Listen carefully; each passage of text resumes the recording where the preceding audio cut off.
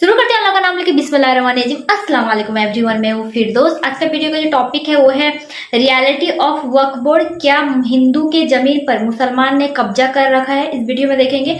और reality of Waqf board क्या होता है, तो बहुत इंटरेस्टिंग होने वाला है वीडियो। चलो वीडियो स्टार्ट करते हैं। अस्सलामु अलैकुम दोस्तों, मेरा नाम आसिफ खान और आप देख रहे हैं इंडियन मुस्लिम। आए दिन मुसलमानों से जुड़े किसी न किसी चीज पर बवाल खड़ा होता रहता है, या यूं कहें हिंदुत्ववादी संगठन जानबूझकर मुसलमानों से जुड़ी चीजों को टारगेट करते हैं। चाहे वो मस्जिदें हो, दरगाहें हो, शादी तलाक का मसला हो या बच्चा पैदा करने का मसला। अब ये कह रहे हैं कि हम मुसलमानों के वक्फ बोर्ड को खत्म करके रहेंगे। आखिर ये वक्फ बोर्ड है क्या? कितनी जमीनें हैं वक्फ बोर्ड के पास? कैसे काम करता है वक्फ बोर्ड? क्या वक्फ बोर्ड हिंदुओं की जमीनों पर कब्जा करता है? हिंदुत्ववादी संगठन और बीजेपी क्यों वक्फ बोर्ड को खत्म करने पर तुले हुए हैं, सब जानेंगे आज की इस खास वीडियो में। बस छोटी सी रिक्वेस्ट है, वीडियो को लाइक और शेयर भले ही मत करना, बस वीडियो को आखिर तक जरूर देख लेना ताकि सब समझ में आ जाए।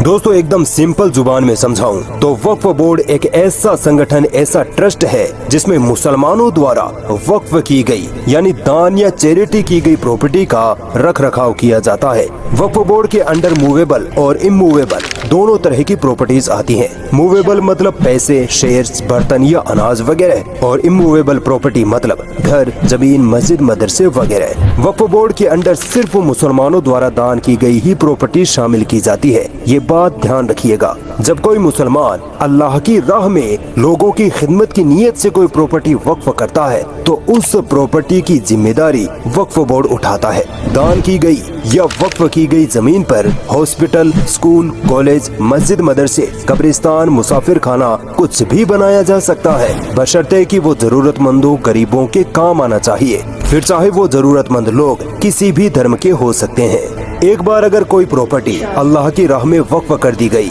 तो फिर वो प्रॉपर्टी वापस नहीं ली जा सकती, क्योंकि अब उस प्रॉपर्टी पर सिर्फ और सिर्फ अल्लाह का मालिकाना हक होता है। हाँ, वक्फ बोर्ड के अंडर आने वाली सारी प्रॉपर्टी पर कागजों में भी किसी इंसान का मालिकाना हक नहीं होता है, बल्कि अल्लाह का मालिकाना हक होता है। लिहाजा वक्फ बोर्ड भी दान की गई प्रॉपर्टी को ना तो बेच सकता है, ना ही किसी दूसरे इंसान के नाम करवा सकता है। उस प्रॉपर्टी का इस्तेमाल उसी हिसाब से किया जाएगा जिस हिसाब से प्रॉपर्टी दान करने वाले की नीयत होगी।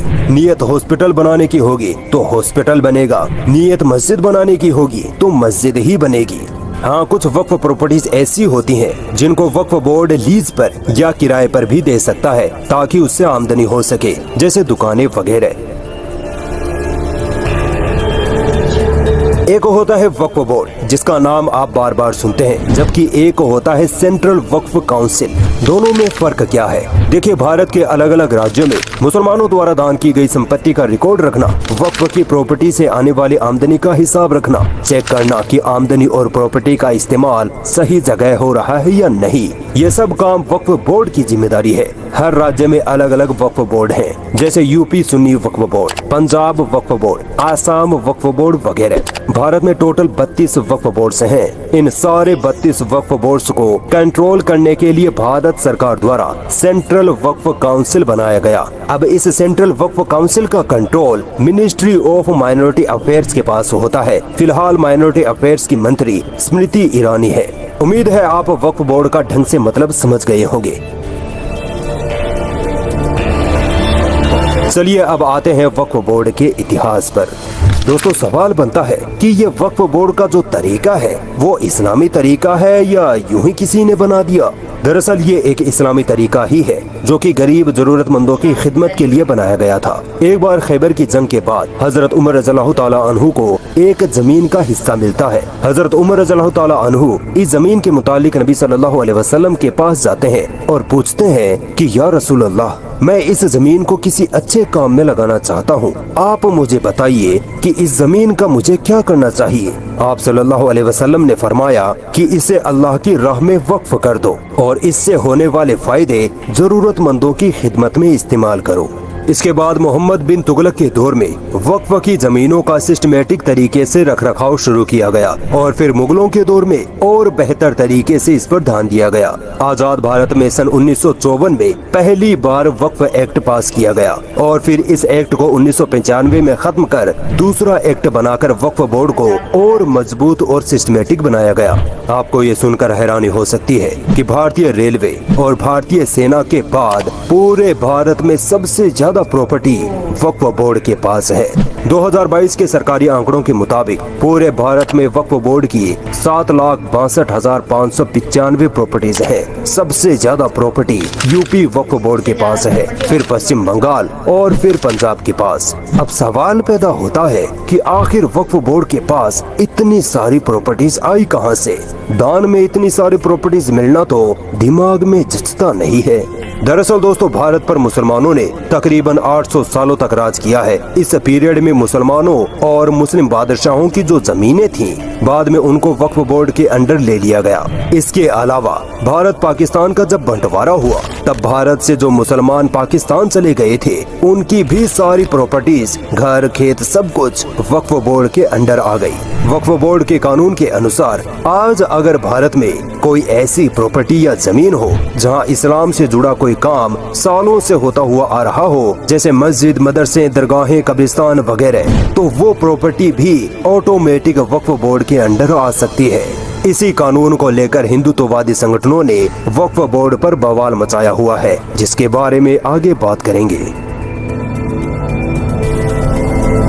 दोस्तों, एक कहावत है कि जहां जमीन होगी वहां कब्जे का विवाद भी होगा। इसीलिए आए दिन वक्फ संपत्तियों पर लोग कब्जा करते रहते हैं। चूंकि वक्फ की जमीनें अल्लाह के नाम होती हैं, इसका कोई वारिस नहीं होता, इसीलिए लोग इन जमीनों पर कब्जा करके बैठ जाते हैं। वक्फ बोर्ड की तकरीबन 54,000 प्रॉपर्टीज पर आज भी लोगों ने कब्जा कर रखा है। भारत की अदालतों में वक्फ बोर्ड की प्रॉपर्टीज से जुड़े हजारों मामले चल रहे हैं। सत्ता में बैठे लोग और ताकतवर रसूखदार लोग ही अपनी ताकत का जोर दिखाकर वक्फ की जमीनों पर कब्जा करते रहते हैं। इसकी दो बड़ी वजह है, मैन पावर और मनी पावर की कमी।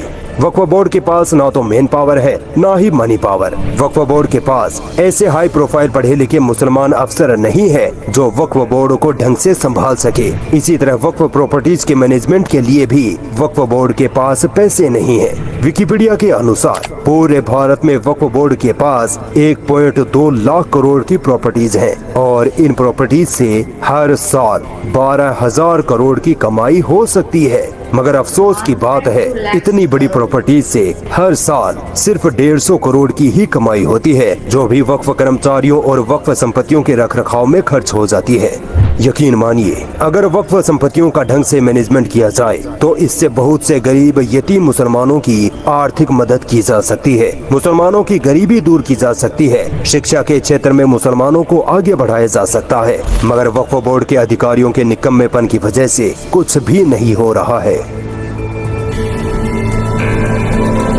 मुसलमानों या मुसलमानों से जुड़ी ऐसी किसी भी चीज का जब जिक्र आता है जिससे मुस्लिम समाज का विकास होता हो, हिंदुत्ववादी संगठन और बीजेपी फौरन अलर्ट हो जाते हैं और मुसलमानों की उस चीज को खत्म करने के एजेंडे में लग जाते हैं, क्योंकि इनको कतई पसंद नहीं कि मुसलमान ऊपर उठें। ये मुसलमानों को दबा कर रखना चाहते हैं। इसीलिए आज बीजेपी की सरकार में मुसलमानों के वक्फ बोर्ड को खत्म करने की आवाजें उठने लगी हैं। दिसंबर 2023 में राज्यसभा में यूपी के बीजेपी सांसद हरनाथ सिंह यादव ने वक्फ बोर्ड को खत्म करने के लिए एक प्राइवेट बिल इंट्रोड्यूस कर दिया। कहा गया कि वक्फ बोर्ड हिंदुओं की जमीनों पर कब्जा करता है और फिर वहां हिंदुओं का धर्मांतरण कराया जाता है।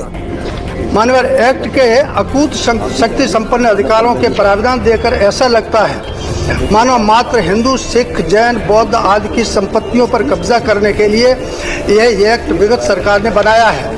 वक्फ एक्ट 1995 भारत में इस्लामीकरण स्थापित करने का सबसे बड़ा हथियार बन गया है। अतः मैं सरकार से देश हित में इस असंवैधानिक और अतार्किक वक्फ एक्ट 1995 को तत्काल रद्द करने की मांग करता हूँ। आप इनकी नफरत और साजिश देखिए। जो वक्फ बोर्ड गरीब जरूरतमंदों की खिदमत करता है, गरीबों को खाना पीना, घर, नौकरियां मुहैया करवाता है, ये जालिम लोग उसी वक्फ बोर्ड को खत्म करने में लगे हैं।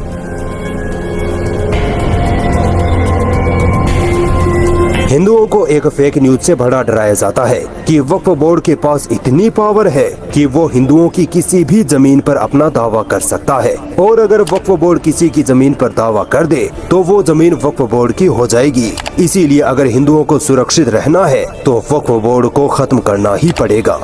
ये दावा उतना ही सच है जितनी सच मोदी जी की डिग्री, यानी इस दावे में कोई सच्चाई नहीं।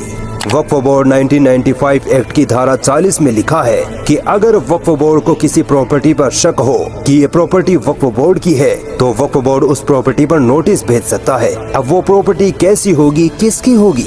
धारा 3 में साफ लिखा है कि वक्फ बोर्ड उसी प्रॉपर्टी पर दावा कर सकता है जो सिर्फ मुसलमानों की होगी, और वो प्रॉपर्टी धार्मिक जगह यानी मस्जिद, मदरसे, मजार, दरगाहें, कब्रिस्तान वगैरह या फिर दान में दी गई ऐसी जगह जो जरूरतमंदों के फायदे के लिए हो। वक्फ बोर्ड गैर मुसलमानों की किसी भी प्रॉपर्टी पर कभी दावा कर ही नहीं सकता, बल्कि उल्टा आज खुद गैर मुस्लिम वक्फ बोर्ड की हजारों एकड़ की जमीन पर कब्जा करके बैठे हैं। क्या बीजेपी वक्फ बोर्ड को खत्म कर सकती है?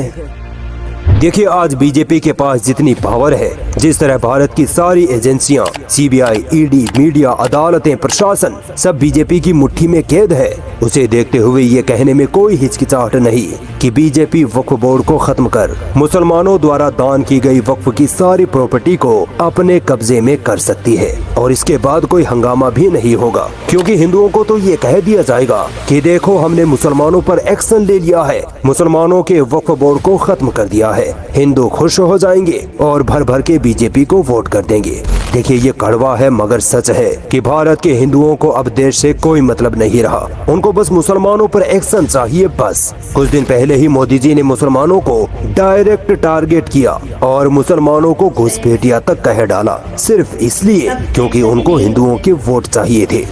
और पहले जब उनकी सरकार थी उन्होंने कहा था कि देश की संपत्ति पर पहला अधिकार मुसलमानों का है। इसका मतलब ये संपत्ति इकट्ठी करके किसको बांटेंगे? जिनके ज्यादा बच्चे हैं उनको बांटेंगे, घुसपैठियों को बांटेंगे। सोचिए, इतने बड़े देश की प्रधानमंत्री की ऐसी सड़क छाप भाषा है, वो भी इंटरनेशनल लेवल पर, तो सोचिए इनको सपोर्ट करने वालों के दिमाग में मुसलमानों के लिए किस कदर नफरत भरी होगी। नफरत भरी है, साफ दिखाई देता है। अगर ये लोग 2024 में फिर से लौट कर आए तो आप सोच भी नहीं सकते कि ये क्या क्या करने वाले हैं।